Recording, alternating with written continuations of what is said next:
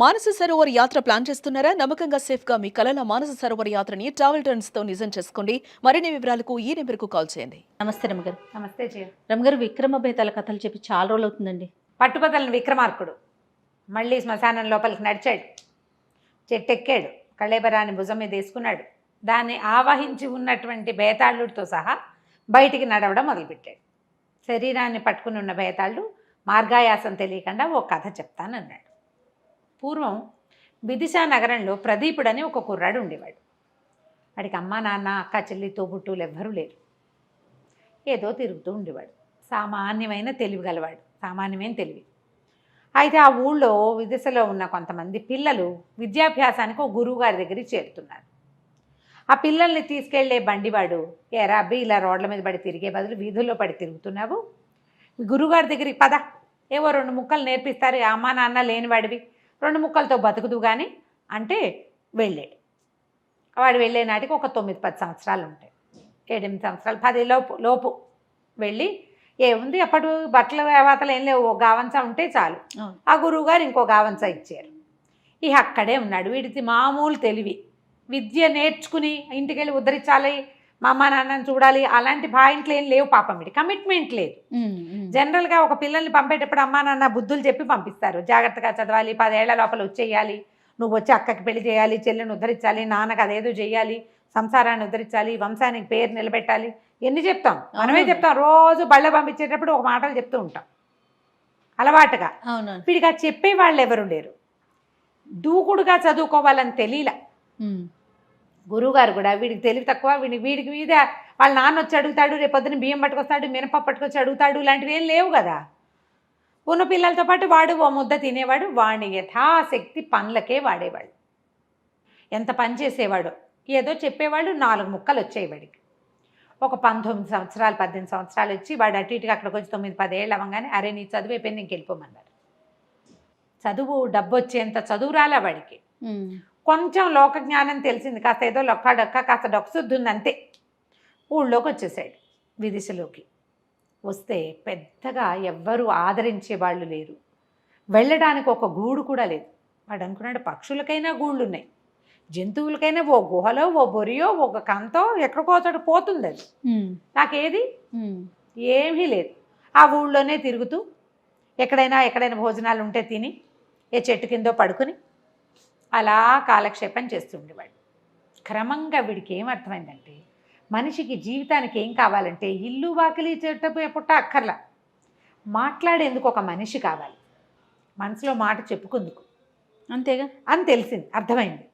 వాడు ఎవరైనా నలుగురు రచ్చబండ దగ్గర ఎవరైనా నలుగురు కూర్చుని తనీడు వాళ్ళలే కనపడితే వెళ్ళి అక్కడ నుంచునేవాడు. వాళ్ళు ఏమిట్రా నీకు ఇక్కడ పని, మేము ఏదో మాట్లాడుకుంటుంటే పోవనేవాళ్ళు,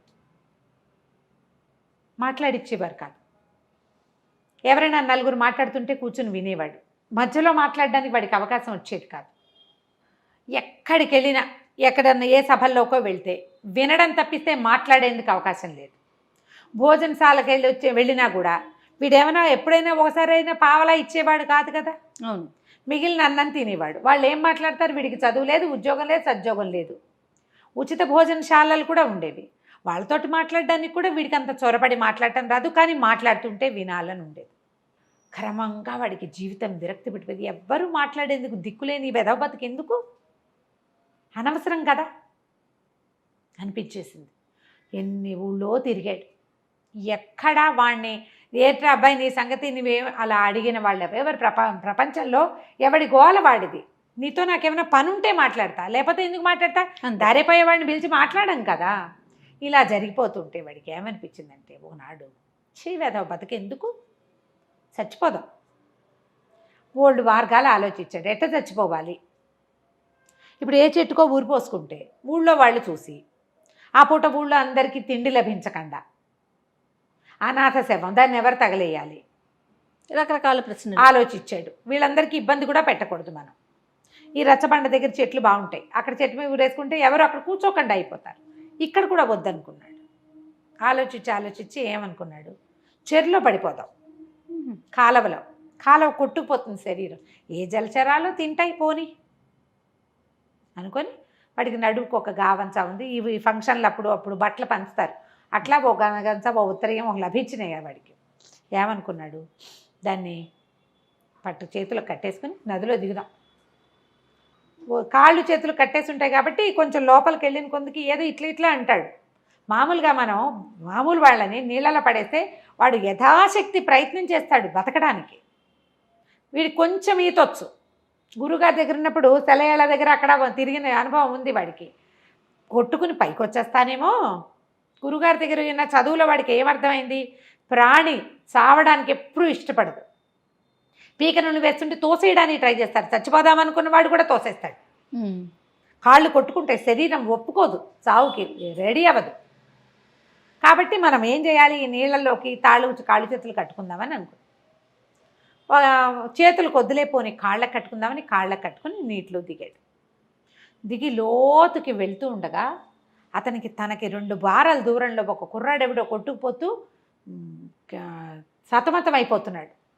రక్షించమంటున్నాడు, మునకలేసేస్తున్నాడు. దాంతో వీడికి అయ్యో వాడెవడో, నేను కావాలని చచ్చిపోతున్నా, వీడెవడో ఒట్టిగా ఇదిగా కొట్టుకుపోతున్నాడు, వాడెక్కడో పైనుంచి కొట్టుకొస్తున్నట్టుగా ఉన్నాడు. వీడు ఆగ మేఘాల మీద అవి కాలికి చేతులు కట్టుకోలే, ఇంకా కాళ్ళకి కట్టుకున్నాడు. ఆ కాలు ఎట్లా కొట్లా తొక్కి దాన్ని ఊడ తీసుకుని ఆ పరిగెడుతున్న ఆ నీళ్ళలో కొట్టుకుపోతున్న వాడి వెనకాల పడ్డాడు. వాడు ఇంచుమించుగా వీడంతా పొడుగు ఉండి పుష్టిగా ఉన్నాడు. వీడికి ఆహారం అప్పుడప్పుడు దొరికి బక్కవాడు. వీడు ఆ పడిపోయి నీళ్ళలో పడి ఉన్నవాడు మంచి దృఢమైన వాడు, బలాఢ్యుడు.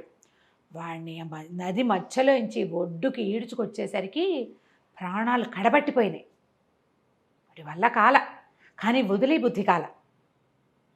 నా వల్లే కావట్లేదు, చచ్చిపోతానంతే అర్థమవుతోంది. వీడిని వదిలేస్తే వాడు పోతాడు, నేను పోతా.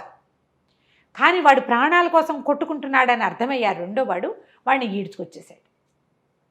ఈ నది వెంబడి కొంతమంది పరిగెత్తుకుంటూ వస్తున్నారు, సైనికులు లాంటి వాళ్ళు. చిన్నబాబు అని అరుస్తూ. ఎప్పుడైతే ఈ కుర్రాడు, ఈ మన ప్రదీపుడు ఈ కుర్రాడిని పట్టేసుకున్నాడు, ఆ రెండో వాడిని పట్టుకున్నాడో లాక్కొస్తున్నాడో, పైగా ఏంటంటే ఎక్కడ కనపడితే అక్కడే లాక్కొచ్చేయలేరు, ఇంకా ముందుకు ఓ పక్కకు కొట్టుకుంటూ వెళ్ళాలి కదా ఈదుకుంటూ. అక్కడ దాకా వాళ్ళంతా పరిగెత్తుకొచ్చారు. ఇతను ఒడ్డు మీదకి వచ్చి వాడిని అక్కడ బారేసి ఇట్లా చొప్పకట్టల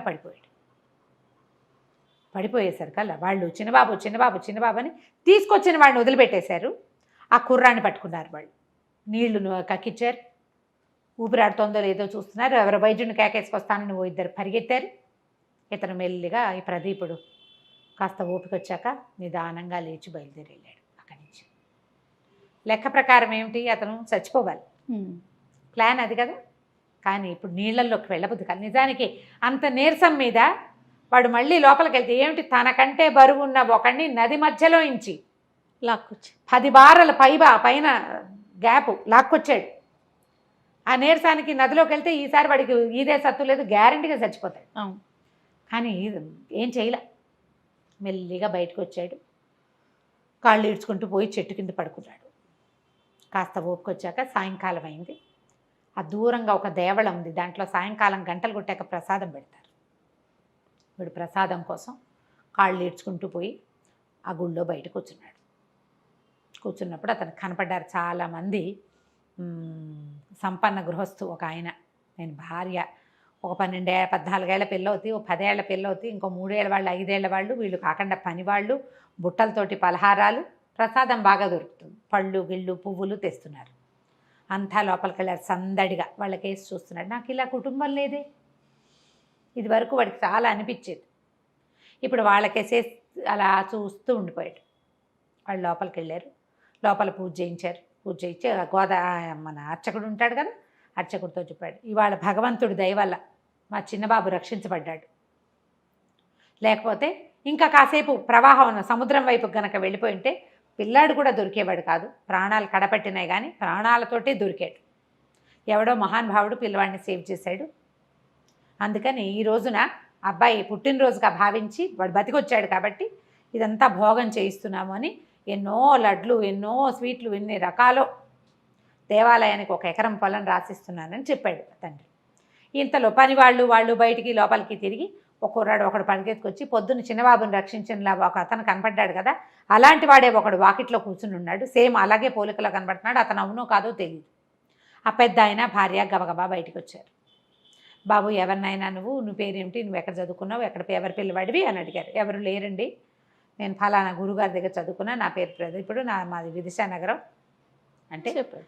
బాబు నువ్వు పొద్దున్న ఎవరినైనా రక్షించావంటే అవునండి, నదిలో పిల్లవాడు ఒక కుర్రాడు పడిపోతే నేను పట్టుకున్నాను, కానీ ఆయన వచ్చి కాళ్ళు పట్టుకున్నాడు. ఆయన ఏమగన్నదో నీ వల్ల మా పిల్లవాడు బతికాడు, 25 ఏళ్ళు చేతికి అందొచ్చిన కొడుకు నదిలో గుర్రమించి నదిలో పడిపోయాడు.